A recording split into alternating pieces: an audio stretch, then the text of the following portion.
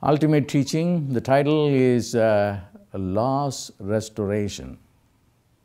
You have lost time, for instance. You did not use your talents or use your brain, or you did not know how to use, or how you did not have the knowledge at that point. Whatever it is, you have lost time, and then as a result of it, you have not been able to gather wealth or health or whatever. And then God can go backwards in time and restore everything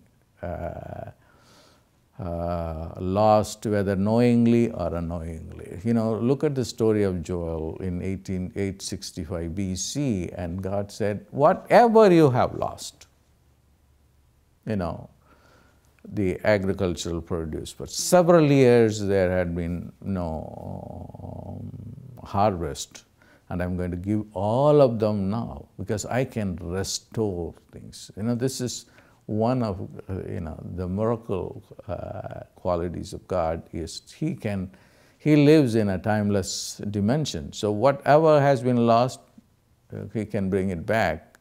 And I just remember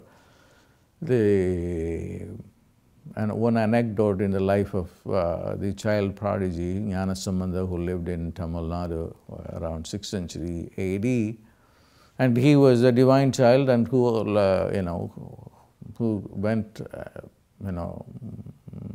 about doing miracles, raising even the dead to come back to life. And in this case, he has done that many times, raising the people, dead people to come back to life.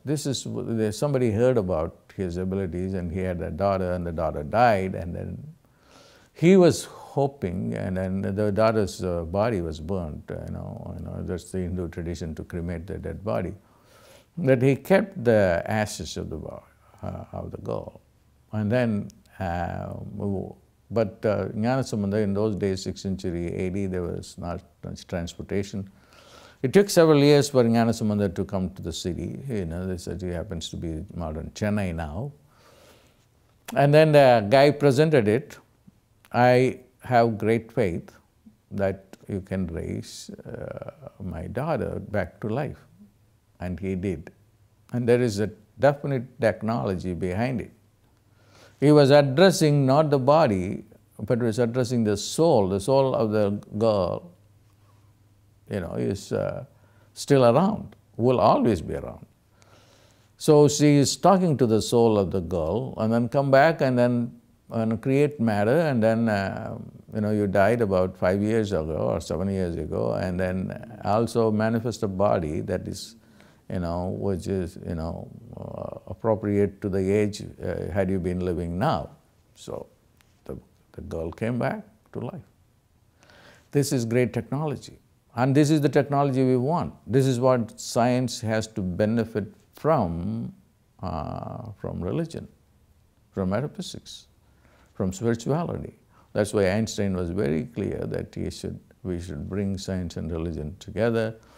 Science, as it is lame because its methodology doesn't accommodate, miracles. And similarly, religious people, just go and teach without any proof.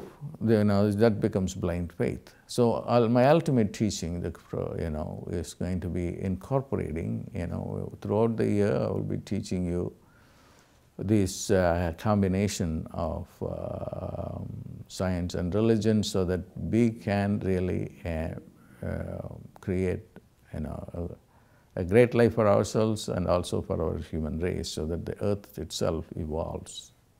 God bless.